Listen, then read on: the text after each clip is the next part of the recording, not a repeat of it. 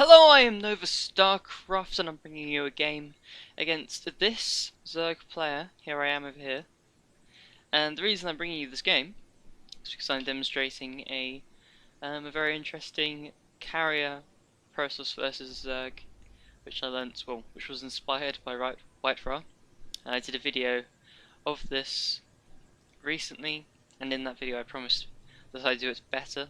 And here's this game, and this was actually done on exactly the same day as that previous video, but I had to fish out the replay and do this and talk about it because I wasn't talking at the time.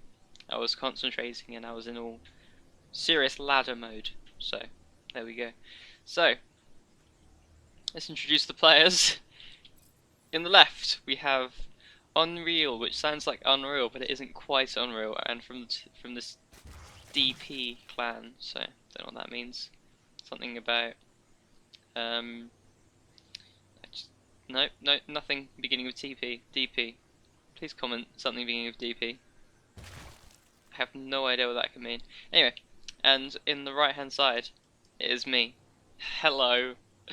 Yeah, no one cares about him. So let's analyze our hero. This is the Zerg player, our hero of the game, because it's not me. Why would I be the hero, right? So, looks like he's going for a very early... No, for a pull on 15. I guess after seeing the probe, he went for that pull. Couldn't be dealing with that shit, so he just got a pull instead of expanding straight away. Yeah, I like this idea. If I was Zerg, I'd obviously want to get an expansion as early as possible. But yeah, I don't want to be delaying that expansion by the probe because of the probe, so just had to happen. So I'm being annoying as possible with this probe.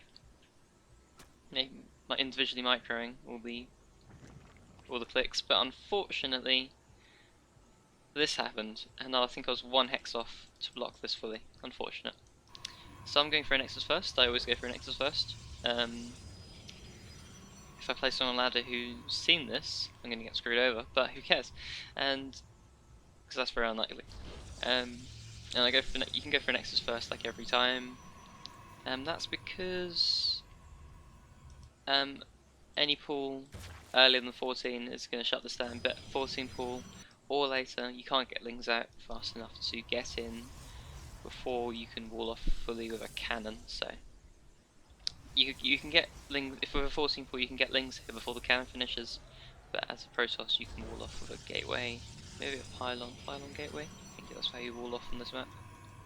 Yeah, lings won't be too threatening. So yes, cannon, gateway. I'm just now getting in my gas on 19. That's the way I like to do it. Submitting and get them on 19 instead of 18 because I'm spending chrono on probes, so you can't afford gas as fast. Some pros don't chrono and work as this early in the game, so that they can afford things like assimilators. They save up their chrono for units and upgrades, which is a nice way to do it as well. So my very smart Zerg opponent, I should probably have production on. That's a good idea. At least I don't have this thing view in plain sight.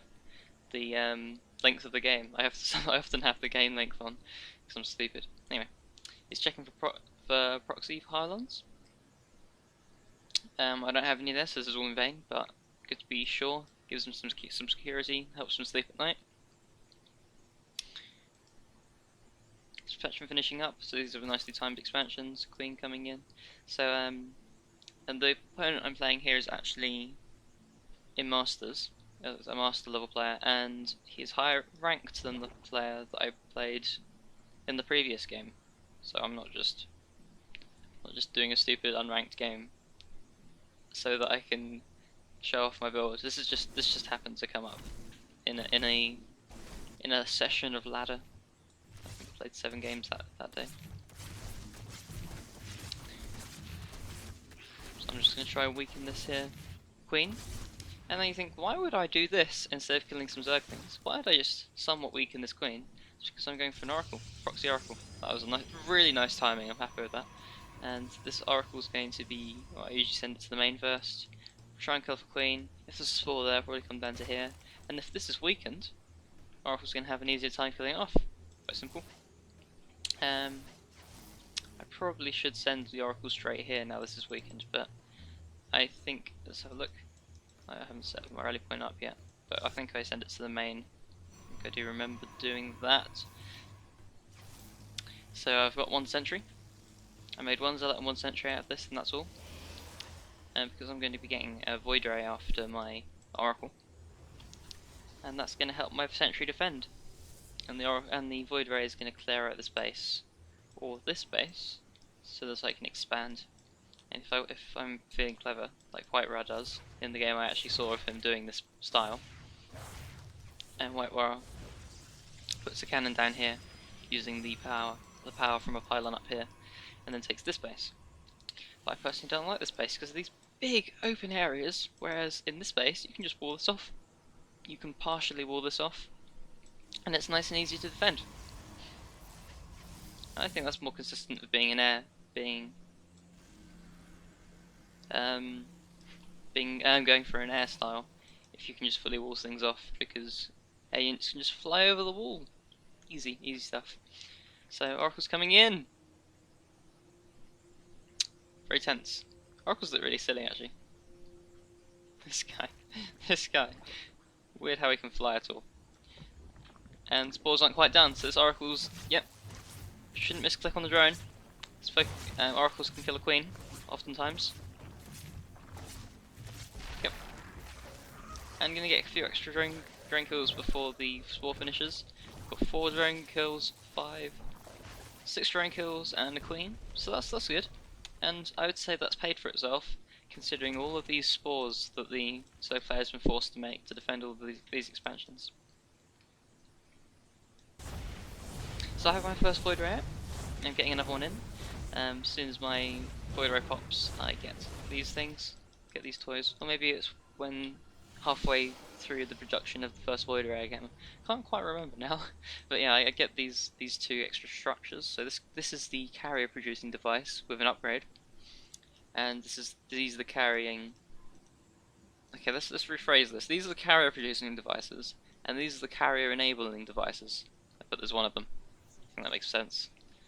So I'm taking my expansion, getting these 4 beautifully placed pylons. So these give me just enough power to wall off all of the locations I need to. So I've done this quite a few times on this map. It's not a favourite map of mine because it's quite hard to take thirds. I much prefer maps like Belshire Vestige, Akalon Wastes, where the third bases are much easier to wall off and expand to. So that's one of the reasons I do this air style on this map, because it makes it easier to take a third. Because you've got air and they can't shoot at air for quite a while. So he's coming up for 4th base. This is always a good decision against someone who's going air, because they can't do much damage to you quite very early. So I have the sentry, and you're going to see why I get this sentry instead of getting just obscene amounts of cannons. That was unnecessary, but it was to wall off the expansion. It makes it a lot easier to defend with these force fields. And like that. That's a bit of a fail force field though. And with all those blunders, all of those unnecessary force fields, I still wall it off, still save it. The sentry did its job, and the void rays. So yes, so there we go. And if he didn't pressure me, that sentry would have 200 energy for 2 hallucinations, so I can get a good scout over everything he's doing. And a good thing to scout for is you want to scout for scary Hydralisk timings, which have killed me when I'm doing this build quite a few times. Because there'll be a huge amount of Hydralisks, maybe about 10, maybe 12 even, when you have only 3 carriers, 2 void rays, and a Melchik core. So it's really tough to deal with that. So here we go. So Zerglings somehow slip in. They always do that. Probes just aren't big enough to fully wall up that area off, but with the 2 zealots backing it up, it did do the job. So back to our Zerg hero. He is making a spire, which is really good. Some people miss that out, which I just really hate when Zerg players miss out. Well, it's great for me because they often lose when they don't make a spire. But you really do need a spire, because to be Process air, you can't just have one unit, one anti-air unit. You need hydralisks, you need some infestors, you need corruptors. You just need the whole squad, because Protoss is going to have a whole bunch of different units. They're not just going to make only Void Rays, not just going to make only carriers. They're going to have some Void Rays and some carriers, like I'm going to have here. So you need corruptors for the carriers, hydralisks for Void Rays. Simple enough. And infestors to shut down interceptors and to keep them in place, because carrier micro is very good now in Heart of the Swarm. It's made them a lot better than they were in Wings of Liberty, because before you have to keep them in the same position while they attack. Now they can attack, run away. A lot of units can't catch up, so it's great. So a 5th base coming up. I really like this decision also, because I'm not going to really be able to do any damage to him still. My army isn't big enough. Though I could be putting pressure on this and then recalling back, but I don't want to leave my base unguarded, so that seems a bit silly to me, doing it this early. Though I've actually seen WhiteRa do it, so I know it can work, doing aggression this early, but I like to wait until I have a nice big army, and he sort of has to not counterattack. I didn't word that well, but you know what I mean. So this is nicely walled off. I've got these nice little slits here so that probes can transfer. Too small for ultralisks, though they shouldn't be really being made. I have played against people who've made ultralisks versus air and still complained. You gotta think about the logic that people are going for here. So going for some good upgrades. I would expect upgrades out of all of these structures, but still. He's going for roaches. I guess that's just a backup. He got that roach warren just as a backup, just in case. He hasn't actually made any roaches, so that seems like a good decision. Because I could tech switch. Earlier I could have tech switched from air. So yeah, that seems like a good decision. In which case it would be nice to have roaches and hydras, but he hasn't made a hydra den yet. He's just relying on corruptors to begin with. He's made this massive line of spines and spores. Very good, very good. I can't really hope to kill this base. This is a bit vulnerable, and this is a bit vulnerable at the moment. But he's spreading his defenses up, so I like what he's doing here. The minute he has, as a Zerg player, you're going to have a lot of excess minerals. This is a mistake because he has a baneling nest for one thing. Yeah, you're going to have an excess minerals. Well, he's completely not being a Zerg player because of all these minerals he's spending. But yeah, you're going to have a lot of excess minerals. Might as well spend them on something like this instead of Zerglings, which aren't going to be as helpful against mass air. And I'm making Zealot Archon as well, which is going to absolutely crush Zerglings. So I'm going to put some pressure on. I'm upgrading one out of this, just not going overkill, just producing a good amount of upgrades. So I'm getting shield and I'm getting air attack. So I'm focused on the late game, so the upgrades for my air units are going to be a priority. So this is trying to be non-committal as possible. If I got overwhelmed, I'm going to recall back. I think I have the abilities of my mothership core selected at all times. I think if you just highlight it, then that's what comes up anyway, so that's convenient.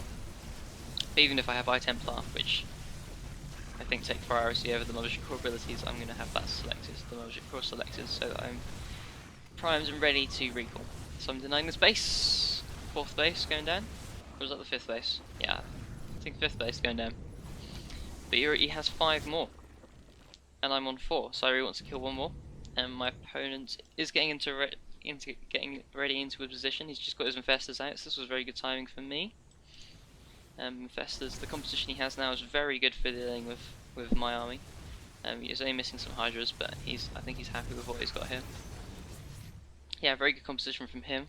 But I've just got out in time, so now we're even on 4 bases each. He's retaking that 5th base. I'm retaking this base. So we're even now on bases, which is absolutely ideal. So I give myself an advantage at this point. But he really needs to make something happen with these units. His army is very good. This is a very nice composition. He's going to take out he's going to be able to put units out of position with these Vipers. He's going to be able to immobilize units with the Infestors, and he's going to kill the units with the Corruptors. So this many Corruptors can deal with this many carriers, so he should be fine at the moment. Spores moving proving to be very annoying for me. My upgrades are at 3-2. Reached 3 air upgrades, so I'm going to start researching. Sorry, I'm messing up my words. I'm going to start researching air armor now. Once I reach 3 shields, I'm going to research ground weapons. So I might as well. It's quite cheap at this point in the game. And he's forcing an engagement, which isn't ideal for me, and he's killing some of my carriers, which is pretty damn good by him. So this is a good player I'm against. Still, losing those 2 bases was a big hit. He could have avoided losing this base, I think. I think his army was equipped to dealing with my army at that point. I probably should have checked army size, because that would have been interesting reading, but never mind. So I'm building absurd numbers of earth cannons, just like he is, building huge numbers of spores and spines. I have a lot of excess minerals, whereas he's gone down because of all those things he's been building. But now it's my turn to waste all my minerals, so I'm building cannons up here, and should be building cannons in this main base as well. And here I want to protect everything, so I might as well. This gas isn't really, these minerals aren't really doing anything. So I'm attacking into his 5th base. It's always his 5th base. Yeah. So these Zealot Archon are the missing piece of the puzzle. The missing piece of the puzzle when going for this many carriers. You need them to deal with corruptors, and I think this should display, because these are in great position, these Archons, and look how much damage they're doing. Look how quick each shot of the Archon is doing huge amounts of damage, and you see the colours, all the colours changing. And somehow carriers which should not be able to beat corruptors, which are terrible against corruptors, all this extra damage.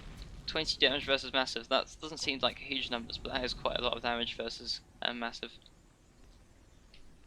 That's quite a lot of damage considering how many corruptors you're going to have. And they shoot at a reasonable speed.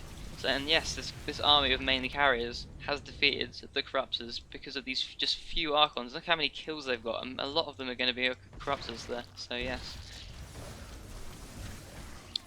So I'm going to deny those bases again. So now I'm actually taking a lead. So I've got 4 bases to 5 bases, so I've now taken a lead in bases. This is not looking good for the Zerg. He needs to make something happen right now. And I've recalled back. Happy with my achievements here. And with all the resources I lost, I replaced a few carriers and made lots of Archons out of Dark Templar because they're more mineral heavy and I have excess minerals. So I'm going to be trying to take another base. I'm just pushing my lead even more. I don't even think I know. I think I assumed at this point that this base was taken. I didn't realise how far I was ahead. So this base isn't really necessary. You don't really need to be 2 bases ahead of a Zerg opponent. In fact, I would advise against it because you really want to be spending those extra minerals on defences to defend the advantage you already have. So these Mucilisks that he's produced, he has a huge number of Mucilisks actually. He has 32 Mucilisks. 32 Mucilisks. I don't know if they're all here, but yes, I'm going to have a struggle catching for those because I haven't made any Phoenix. And I don't intend to make any Phoenix. Just a few Phoenix aren't going to be able to deal with this many Muses, and I'd much rather just make a big maxed army which is going to beat the Mucilisks straight up in a fight. So these Archons, I really want those attacking the Mucilisks. But instead, if he's going to base race, I'm going to base race, and I'm going to win because the DPS of this army is much lower than the DPS of this army. So if he kills the probes and they gets back to defend, then maybe that could work out well. Otherwise, I think I'm going to win this with this push. We'll see. We will see. So here I come in. It's the 5th base, killing off all those defences, and if there's no army to back the defences up, they die quite quickly. They're mainly a problem when there's Vipers pulling you into the spores, and there's Hydras waiting on the other side of the spores, but otherwise, not a great threat. So I'm going to deny this base, and I'm looking in great shape. He shut down this base. I didn't need it though, so that's not a big hit. And he's shutting this base down before I can get my defences up, so that's good. So I'm moving into my opponent's. I think this was his 3rd base. Yeah, it was. Huge army now. I'm at 3-3-2. Ground army's at 3-1. Only no armour still. At 25 minutes into the game, just the way I've done my upgrades. And now kill us third. Kill us third. It's now 4 bases to 3. This one isn't mining, however. He's almost killed this base. And I'm recalling back to defend this base just before it dies. And he should not be engaging. His army is not equipped to deal with all these Archons. And they melt very quickly. And he leaves. And yes, I enjoyed this game a lot. I hope you enjoyed it. Yeah, it's a much better representation of my build, which I showed in the video I called, I think it was called Wannabe StarCraft Style, Wannabe WhiteRa Style. That was a terrible misspeak. Oh my god. Anyway, yes, I like to think that WhiteRa would be proud of my interpretation. I especially have to point out that it would not work at all, because I'm sure some of you have tried going less carry at some point, and it doesn't work out that well. It just absolutely relies on the Zealot icon to back it up. Otherwise, Hydras can rip it apart because the Zealots deal with the Hydras very well, and Corruptors can tear it apart because the Archons deal with Corruptors very well. So yes, the position was good as well. Taking out these bases, you really want to do these circles, just surgical strikes, and then recalling back, as is the power of air in Heart of the Swarm, which just makes it so damn difficult to deal with as Zerg. So see you later. Please do subscribe if you enjoyed that, if you learned something from it. I'll be back with something even better, I am sure, and I'm sure you agree. What can get better than that? Goodbye.